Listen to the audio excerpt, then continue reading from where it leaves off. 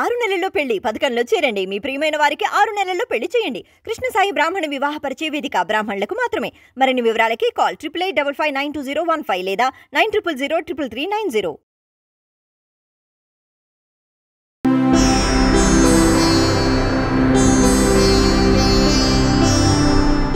వీక్షకులందరికీ నమస్కారం. 2024వ సంవత్సరంలో 12వ మాసమందు అంటే డిసెంబర్ నెలలో ద్వాదశ రాశుల వారికి ఏ విధమైనటువంటి ఫలితాలు కలగబోతున్నాయో మనం ఈ వీడియో ద్వారా తెలుసుకుందాం. ముఖ్యంగా ఈ నెల చాలా కీలకమైనటువంటి నెల.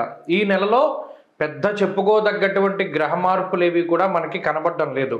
ఒక్క 16వ తారీఖు నాడు మాత్రమే వృశ్చికంలో ఉండేటువంటి రవి ధనురాశిలోకి వెళ్తారు. దీన్నే ధనుర్మాసము అంటారు. అంటే తులా సంక్రమణం చేసేటప్పుడు ఏ విధంగా అయితే మనం గంగా స్నానాదులు లేదా ప్రయాగలో స్నానం ఇవన్నీ కూడా విశేషంగా చెప్పబడ్డాయో, రవి ధనురాశిలోకి సంక్రమణం చేసినటువంటి కాలాన్ని ధనుర్మాసంగా చెప్పారు. ఈ ధనుర్మాసంలో తిరుప్పావై చదువుతారు. విష్ణువుకి అతి ప్రీతికరమైనటువంటి మాసము మార్గశిర మాసము అంటారు. మాసేవ మార్గశీర్షోహం అంటూ ఉన్నది భగవద్గీత. భగవంతుడికి అత్యంత ఇష్టమైనటువంటిది. అలాగే ఈ ధనుర్మాసంలోనే మార్గశిర మాసంలోనే గీతా జయంతి వస్తుంది. ఏకాదశికి పౌర్ణానికి ఏమో దత్త జయంతి వస్తుంది. ఇలా విష్ణుమూర్తికి సంబంధించినటువంటి అవతారాలలో చాలా ముఖ్యమైనటువంటి అవతారాలకి సంబంధించినటువంటి విషయాలతోటి ఈ ధనుర్మాసము లేదా మన డిసెంబర్ నెల అనేటువంటిది ప్రాశస్త్యాన్ని సంపాదించుకున్నది. ఇంకొక ముఖ్యమైన విషయం ఏంటి అంటే మార్గశిర మాసంలో అనగా ఈ డిసెంబర్ నెల 2వ తారీఖు దగ్గర నుండి ప్రారంభమయ్యేటువంటి మాసంలో మార్గశీర్షే మహద్భయం, ఎటువంటి గృహారంభాలు చేయకూడదు, అంటే శంకుస్థాపనలు చేయకూడదు. గృహ ప్రవేశాలు చేయడానికి కూడా 16వ తారీఖు లోపు మాత్రమే ప్రశస్తమైనటువంటి కాలము.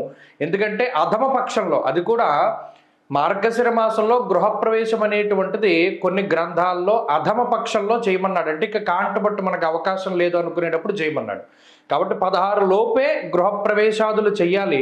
గృహారంభం అంటే శంకుస్థాపనలు చేయడానికి ఈ మాసం ఎంత మాత్రము కూడా పనికిరాదు.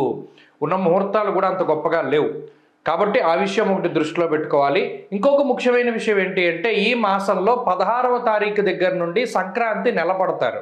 అంటే ఏ విధమైనటువంటి శుభ కార్యక్రమాలు ఆచరించడానికి కానీ అది యోగ్యమైనటువంటి కాలము కాదు. కాబట్టి అటు ఆ సంక్రాంతి నెలపట్టేది చూసుకున్నా లేదా ధనుర్మాసం లెక్కలో చూసుకున్నా, ద్విస్వభావేతు నిందితం రవి ద్విస్వభావంలోకి వెళుతున్నప్పుడు ఆ రకంగా చూసుకున్నా 16వ తారీఖు దాటిన తర్వాత శుభ కార్యక్రమాలు చేసుకోవడానికి అంత యోగ్యమైనటువంటి మాసము కాదు. ఈ విషయాలన్నిటినీ కూడా అంటే ఒక నెల ప్రారంభం అయ్యేటప్పుడు ఈ విషయాలన్నీ మనం దృష్టిలో పెట్టుకోవాలి. అలాగే ఈ మాసంలో ఇందాక మనం చెప్పుకున్నట్టు 16వ తారీఖు వరకు రవి వృశ్చిక రాశిలో సంచారం చేస్తారు. 16వ తారీఖు దాటిన తర్వాత ధనుర్రాశిలోకి ఆయన సంచారం చేస్తారు. ఇది ఒకటే మేజర్ ట్రాన్సిట్. మిగతా గ్రహాలన్నీ గత మాసంలో మాదిరిగానే ఉన్నాయి. గురుడు వక్రించి వృషభమందు, అయితే ఈ మాసంలో కుజుడు వక్రించబోతున్నారు. మనం చెప్పుకున్నాం కుజస్తంభన గురించి. ఈ మాసంలోనే డిసెంబర్ నెలలోనే కుజుడు మరలా వక్రించి వెనక్కి వెళుతూ ఉంటారు. కానీ ఈ నెలలో అయితే కుజుని యొక్క మార్పు లేదు. మరలా మిథునంలోకి వచ్చే నెలలో వెళ్తారు. కేతువు కన్యా రాశిలోను, రవి బుధులు వృశ్చిక రాశిలోను, అలాగే శుక్రుడు మకర రాశిలోను, కుంభమందు శనేశ్వరుడు, మీనంలో రాహువు ఉన్నారు. ఇది అపసవ్య చక్రము అంటారు.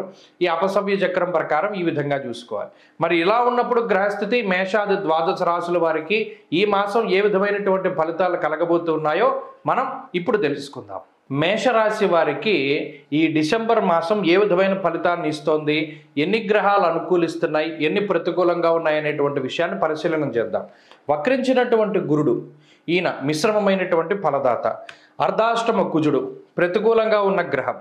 కేతువు షష్ఠ స్థానమందు సాధారణ ఫలదాత. అష్టమ బుధుడు కానీ అష్టమ రవి కానీ కొంత ప్రతికూలమైనటువంటి గ్రహాలు. పోనీ డిసెంబర్ 16వ దాటిన తర్వాత గురుడు రవి యొక్క భాగ్యస్థాన స్థితి అది కూడా అంత మంచిది కాదు. ఎందుకు? విచారే నవమే రవౌ అన్నారు. అలాగే దశమంలో శుక్రుడు మిశ్రమ ఫలదాత.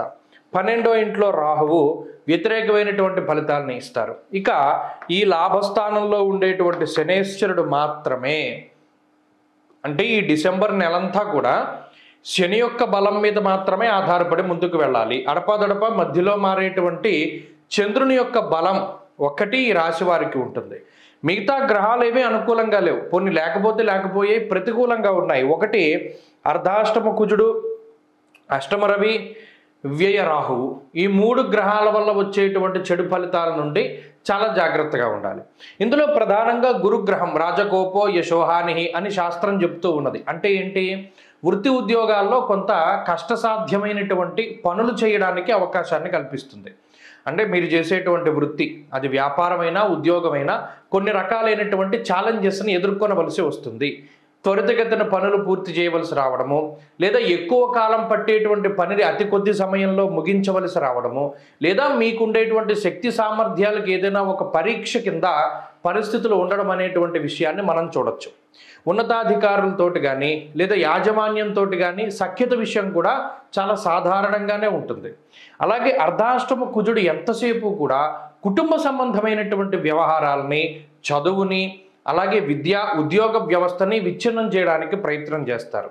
భాగ్యహానిర్భయం క్రూరః అంటే ఎక్కడైతే మనకు ఆదాయం వస్తుందో ఆ ఆదాయ మార్గాల్ని దెబ్బతీసేటువంటి ప్రయత్నం చేస్తారు. అందువల్ల ఈ కుజుడు చతుర్థంలో ఉన్నప్పుడు ఏమన్నారు? ఎల్లప్పుడూ భయం క్రూరః, ఎక్కువ భయం వేస్తూ ఉంటుందిట. అంటే భయం వేయడం అంటే ఎందుకు భయం వేస్తుంది? జీవితంలో ముందుకు సాగేటువంటి విషయాల్లో పలానా ఈ ఉద్యోగంలో ఏదైనా ఇబ్బంది వస్తుందేమో, పలానా వ్యాపారంలో ఇబ్బంది వస్తుందేమో అనేటువంటి మానసిక భయానికి ఆయన కారణం. అలాగే చతుర్థంలో ఉన్నటువంటి కుజుడికి సమసప్తక స్థానంలో శుక్రుడు ఉండడం, అలాగే వ్యయస్థానంలోనేమో రాహువు స్థితిలో ఉండడం, ఇవన్నీ కూడా ఏమవుతాయి? ఆదాయం కన్నా ఖర్చుని పెంచుతూ ఉంటాయి. లేదా ఆదాయ మార్గాలు ఏవైతే ఉన్నాయో వాటిని ఒక్కొక్కటిగా కొంత తగ్గించుకుంటూ వెళతాయి. ఈ గ్రహస్థితి వల్ల ఏమవుతుందంటే మానసిక భయం వేస్తుంది. ఒకటి, సపోర్ట్ తక్కువగా ఉంటుంది. కుటుంబ సభ్యుల తాలూకు కానీ, లేదా బంధుమిత్రుల నుండి కానీ, లేదా ఇంకొక మీ యొక్క తోటి ఉద్యోగస్తుల నుండి కానీ ఏదైనా మీరు సహాయం ఆశిస్తే ఆ సహాయం అనేటువంటిది అంత త్వరగా దరికి చేరదు. అంటే మీకు సహాయం చేసేటువంటి వ్యక్తులు చాలా తక్కువగా ఉంటారు. అందువల్ల మానసిక భయాలు ఇవన్నీ కలుగుతాయి. దీనికి తోడు అష్టమంలో ఉండేటువంటి రవి ఆయన ఎక్కువ తిప్పేటువంటి ప్రయత్నం చేస్తారు. దుర్దోష శత్రు సంవాద అంటే ఎక్కువ శత్రువులతోటి విభేదాలు, మాట పట్టింపులు, లేదా మనస్పర్ధలు, లేదా మానసికమైనటువంటి ఉద్రేకము, ఇటువంటివి ఎక్కువగా కలగజేస్తారు. సో ఈ గ్రహస్థితిలో మిమ్మల్ని కాపాడుతూ ఉన్నటువంటి గ్రహం లేకపోలేదు శనేశ్వరుడు. లాభస్థానమందు స్థితిని పొంది ఉండడం వల్ల అర్ధసిద్ధి సదారోగ్య, ముఖ్యంగా లాభంలో ఉండేటువంటి శని అది త్రిషష్ఠ లాభస్థానాల్లో ఎక్కడ ఉన్నా కూడా ఆయన గొప్పగా కాపాడుతాడు. ఇన్ని గ్రహాలు ప్రతికూలంగా ఉన్నా కూడా మీకు కొంత వెసులుబాటుని ఆయన కలిగిస్తూ ఉంటారు. అంటే ఆర్థిక సమస్యలు రాకుండా ఉండడానికి, లేదా మరే ఇతరత్ర సోర్స్ ఆఫ్ ఇన్కమ్ని పెంచడానికి, ఉద్యోగం పోకుండా చూడడానికి, ఇలా ఏవైతే మనం ఇప్పటివరకు నెగిటివ్ పాయింట్స్ చెప్పుకున్నామో అన్నిటి నుండి కాపాడేటువంటి గ్రహం శనేశ్వరుడు. కాబట్టి ఆ శని ఒక్కరు బలంగా ఉంటే చాలు, నిజానికి ఆ మాసం అంతా కూడా వెళ్ళిపోతుంది. ఇప్పుడు అదే జరుగుతుంది మేషరాశి వారికి. కానీ ఏ ఏ రంగాల్లో మనకి ఇబ్బందులు ఉన్నాయనేటువంటి విషయాన్ని కూడా దృష్టిలో పెట్టుకోవాలి. పలానా ప్రాబ్లం ఉంది, సో దాని నుండి ఎలాగో శనేశ్వరుడు కాపాడుతారు, కానీ మనం జాగ్రత్తగా ఉండడం ముఖ్యమైనటువంటి సూచన. ప్రత్యేకించి ఈ మాసంలో ఎక్కువ మంచి ఫలితాలను సాధించడానికి కుజగ్రహానికి, రాహుగ్రహానికి సంబంధించిన తశ్శాంతి చేసుకోవాలి. అంటే ఏంటి? సుబ్రహ్మణ్య ఆరాధన ఎక్కువ చేయాలి. షష్ఠి తిథి వస్తుంది, మరీ ముఖ్యంగా మార్గశిర మాసంలో సుబ్రహ్మణ్య షష్ఠి వస్తుంది. షష్ఠికి చక్కగా స్వామివారికి సర్పసూక్తంతో అభిషేకం చేసుకోవడం, స్వామివారి కళ్యాణం చూడడం, లేదా కందిపప్పు కానీ మినపప్పు కానీ దానం చేయడం, ఎవరికైనా భోజనాదులు పెట్టేటప్పుడు ఈ 2 పదార్థాలు అందులో ఉండేలా చేసుకోవడం, ఇటువంటివి చేస్తూ ఉండడం. ప్రతిరోజు సుబ్రహ్మణ్య స్వామి యొక్క స్తోత్రాన్ని పారాయణ చేయడం ద్వారా ఈ మాసంలో ఈ రాశివారు మరింత మెరుగైనటువంటి ఫలితాలు సాధిస్తారు. స్వస్తి.